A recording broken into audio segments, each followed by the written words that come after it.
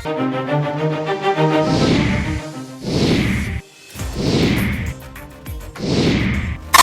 आप देख रहे हैं न्यूज 4 नेशन और मैं हूं प्रियदर्शन। लोकसभा चुनाव में इस बार बिहार में लालू यादव की पार्टी राष्ट्रीय जनता दल ने 4 संसदीय सीटें जीती हैं। इससे एक तरीके से उन्होंने एनडीए को बड़ा झटका भी दिया है, क्योंकि एक ओर जहां राजद ने 4 सीटें जीती हैं, तो दूसरी ओर बिहार की 40 संसदीय सीटों में 10 सीटों पर एनडीए प्रत्याशियों की हार हुई है। लेकिन इस हार के बाद अब लालू यादव को एक बड़ा झटका लगने वाला है। जी हां, लालू यादव को यह बड़ा झटका एनडीए की ओर से लगने वाला है और अब राज्यसभा की एक सीट पर राजद का पत्ता साफ होने वाला है। दरअसल लालू यादव की बेटी मीसा भारती ने इस बार के लोकसभा के चुनाव में पाटलिपुत्र संसदीय सीट से जीत हासिल की है और इस वजह से अब मीसा भारती का जो राज्यसभा की सीट से वो चुनाव जीती थी, वह सीट रिक्त हो रही है और उस पर उपचुनाव होना है। तो अब स्थिति ऐसी बन रही है कि उपचुनाव में राष्ट्रीय जनता दल अपनी यह सीट बचाने में काफी मुश्किलों में घिरी हुई है और लालू यादव जहां एक ओर उनके लोकसभा में 4 सांसद हो रहे हैं, तो दूसरी ओर राज्यसभा की उनकी यह सीट अब उनके हाथ से जाती दिख रही है। और सबसे बड़ा झटका यह है कि सीट पर जहां पहले उनकी बेटी मीसा भारती चुनाव में उतरी थी और जीत हासिल की थी, तो इस बार उनके परिवार के किसी अन्य सदस्य के इसी सीट से उतारने की चर्चा चल रही थी, लेकिन अब उसे एक बड़ा झटका लग रहा है। और इसके लिए आप पहले आंकड़े देख लीजिए कि आंकड़े क्या कहते हैं। तो दरअसल जो लोकसभा के चुनाव हुए थे, उन लोकसभा के चुनाव में बिहार से 2 राज्यसभा के सांसद लोकसभा के चुनाव जीते हैं, जिसमें एक तो मीसा भारती हैं जो राजद की नेता और लालू यादव की बेटी हैं, और दूसरे हैं भारतीय जनता पार्टी के सांसद नवादा से निर्वाचित विवेक ठाकुर। यह भी पहले राज्यसभा के सांसद हुआ करते थे। तो ये दोनों सीटें अब रिक्त हो गई हैं राज्यसभा की और इन दोनों सीटों पर उपचुनाव होंगे।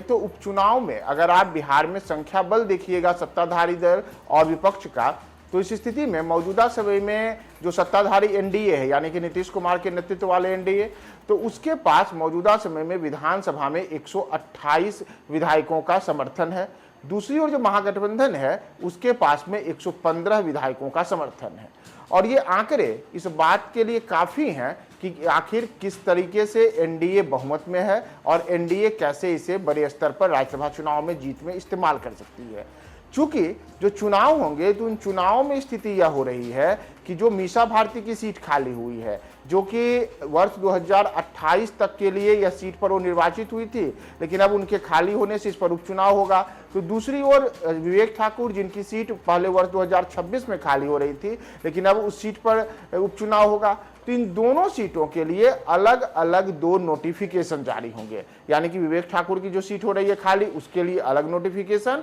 और मीसा भारती की सीट के लिए अलग नोटिफिकेशन। इस लिहाज से बिहार में जो विधायक हैं, उन विधायकों को 2 अलग अलग मतपत्र दिया जाएगा और वे दोनों चुनावों के लिए अलग अलग वोट डालेंगे। तो दरअसल जो उपचुनाव होंगे, उन उपचुनावों में जब अलग अलग मतपत्रों से अलग अलग चुनावों के लिए वोट डाले जाएंगे, तो अगर आप पाला देखिएगा तो 128 विधायक मौजूदा समय में एनडीए के पास हैं, तो वो 128 के 28 विधायक अपने लिए जो दोनों सीट हैं उस पर अलग अलग मतदान करेंगे, यानी कि दोनों सीटों के लिए कुल 128 और फिर अगले चुनाव के लिए 128 विधायक वोट करेंगे। तो इन स्थितियों में चाह करके भी राजद सुप्रीमो लालू यादव अपनी यह सीट बचाने में सफल नहीं रहेंगे और राष्ट्रीय जनता दल को एक बड़ा झटका राज्यसभा चुनाव में लगेगा, जब उनकी बेटी मीसा भारती के लोकसभा चुनाव में जीतने के कारण रिक्त हो रही सीट पर अब राजद को इस सीट को बचाना बेहद मुश्किल है,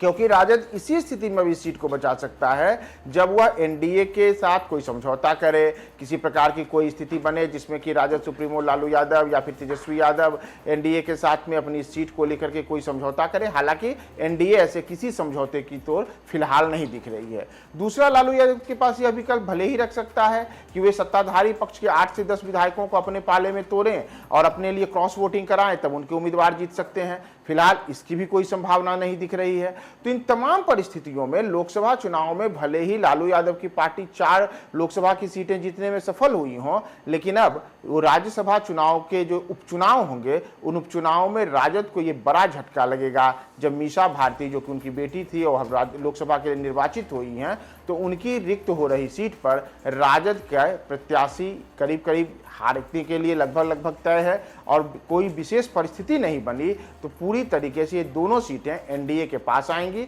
यानी कि राज्यसभा में एनडीए का पलड़ा भारी होगा। और उन स्थितियों में सूत्रों का कहना है कि इस बार जो उपचुनाव होंगे उन उपचुनावों में एक सीट जो कि विवेक ठाकुर वाली खाली हो रही है उस पर तो भाजपा के उम्मीदवार ही उम्मीदवार बनेंगे, तो दूसरी ओर मीसा भारती की सीट है वह खाली होगी। तो उस सीट पर इस बार संभव है कि नीतीश कुमार की पार्टी जदयू अपने किसी नेता को उम्मीदवार के तौर पर पेश करे। तो बिहार में राज्यसभा के उपचुनाव काफी रोचक होने जा रहे हैं और इन रोचक हो रहे उपचुनाव में आगे आने वाले समय में बिहार में कैसी सियासी परिस्थितियां बदलती हैं और हम आपको तमाम अपडेट समय समय पर बताएंगे। बने रहेंगे।